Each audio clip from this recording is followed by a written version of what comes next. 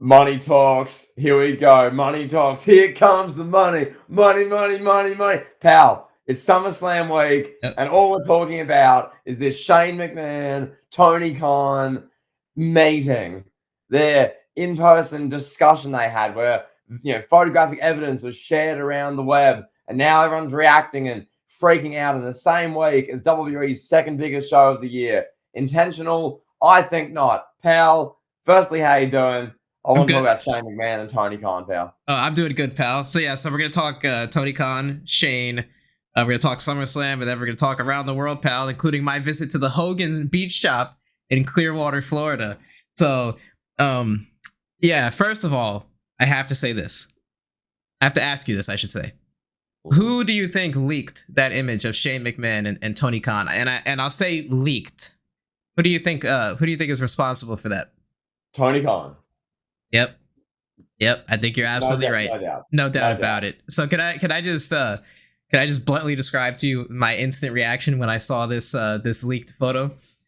So I go on Twitter, and I'm like, I don't know about you guys, but now all I see on Twitter is like politics stuff. Like ever since Elon Musk took over, literally all I see is politics on there. So I'm scrolling through like 10 tweets about politics and memes and all this crazy stuff, and then I'm like, wait, hold on. That Tony Khan and Shane McMahon, like this is sandwiched in all this political BS that I don't want to see. Like Tony Khan and Shane McMahon, like is that real? Is that photoshopped? Then I was like, oh my god, everybody's tweeting this. Like Sean Ross Sapp and all these other sources that are tweeting this, all these respected, trustworthy sources. And I'm like, bro, the first thing that hits my mind, I'm like, did Triple H and Shane McMahon hate each other that much that Shane McMahon is gonna go to AEW now? Like, that's crazy. We saw rumors of this a few months ago. It was like, oh, Shane McMahon and Tony Khan were allegedly having discussions, but everybody dismissed it. Like, oh, that'll never ever happen. Like people say that. I'd love to say that all the time. Like, oh, Charlotte Flair will never ever leave WWE. Like, you don't know that. Like, do you know these people personally? Like like nothing bothers me more when people say that'll never ever happen. Like anything is possible in this world, bro. Like, people for years like CM Punk will never go back to WWE. Look where we are now in 2024. Oh, Bret Hart will never go back to WWE.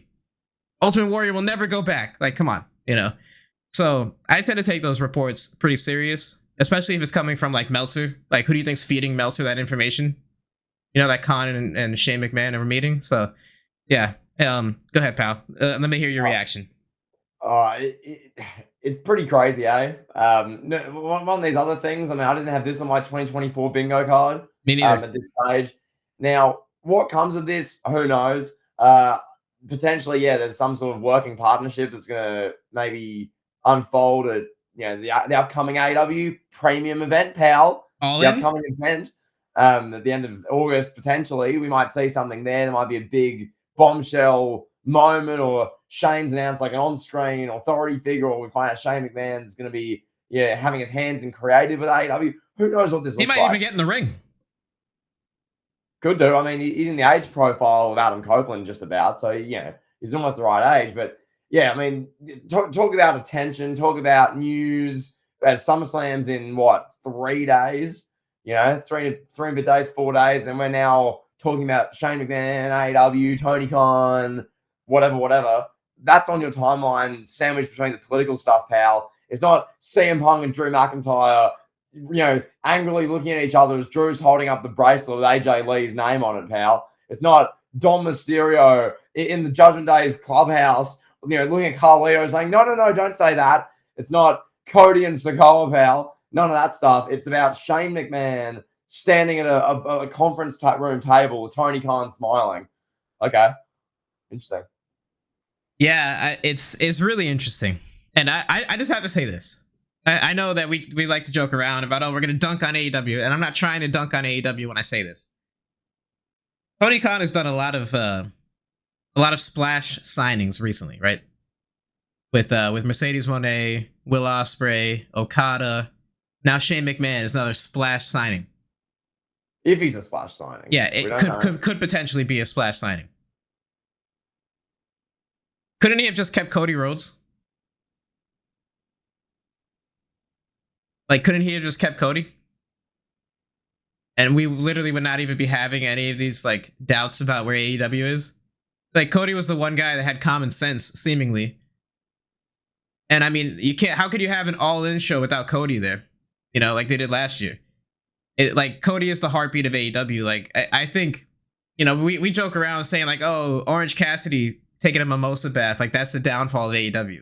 Like no, but I think for real, like when that documentary is airing on Peacock, and you've got Nick Khan saying like, oh, I purchased AEW. You know, Nick Khan's flexing his muscles, pal, in a suit. Dwayne Johnson sitting next to him. Yeah, it was my idea to broker this deal with AEW. When all that's going on live on Peacock or Netflix or whatever streaming service it's going to be on the rise and fall of AEW, the moment that everybody's going to pinpoint back to is when Cody left AEW.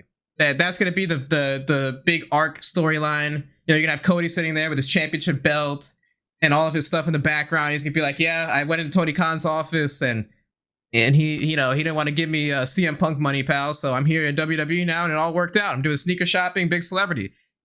And it's like, bro, instead of doing all this that he's doing, my point to be, he could have just kept Cody. Like, he doesn't have to sign Shane McMahon. You know, he doesn't have to sign Mercedes Moné. Like, you keep Cody and you keep building what you were building, what AEW was supposed to be, you know, or what it could have been, rather. So. And the final thing I'll say on this, I get because of Shane's last name, this is going to be like, oh my God, as it is. It's like, oh, wow. What value is Shane McMahon going to provide to this company? If let's say he takes on board a role, let's say it's an on-screen role, let's say. Well, what were his last on-screen roles in WWE? Oh, he's the GM, pal. Oh, look, him and Daniel Bryan are bickering backstage. Oh, he's arguing with Stephanie, pal. Oh, is Dean Ambrose going to go to SmackDown or Raw with the title belt? That was what Shane did. And then he booked the 2020 Royal Rumble, which was good.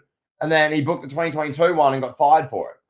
So by his father. Keep that in mind. His father fired him.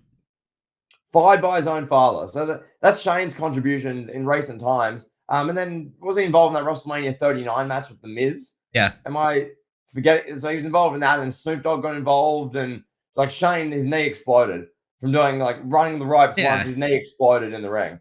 So fair enough. If Tony Khan wants to throw 8 figures at this guy and make it a big splash signing, great, good for you. It's got some publicity during SummerSlam week. It's diverted some attention away from Summerfest, pal. But yeah, I mean, that's about all it is to me. So that's it. Yeah. Yeah. I'll say this and then I'll transition to the SummerSlam talk. Shane McMahon, you know, like when he debuts, that'll pop like 1 million, you know, like 1.1 million people will watch that segment. And then in 2 months, 3 months time, like what will it look like then with Shane McMahon and AEW? So yeah. Now with that being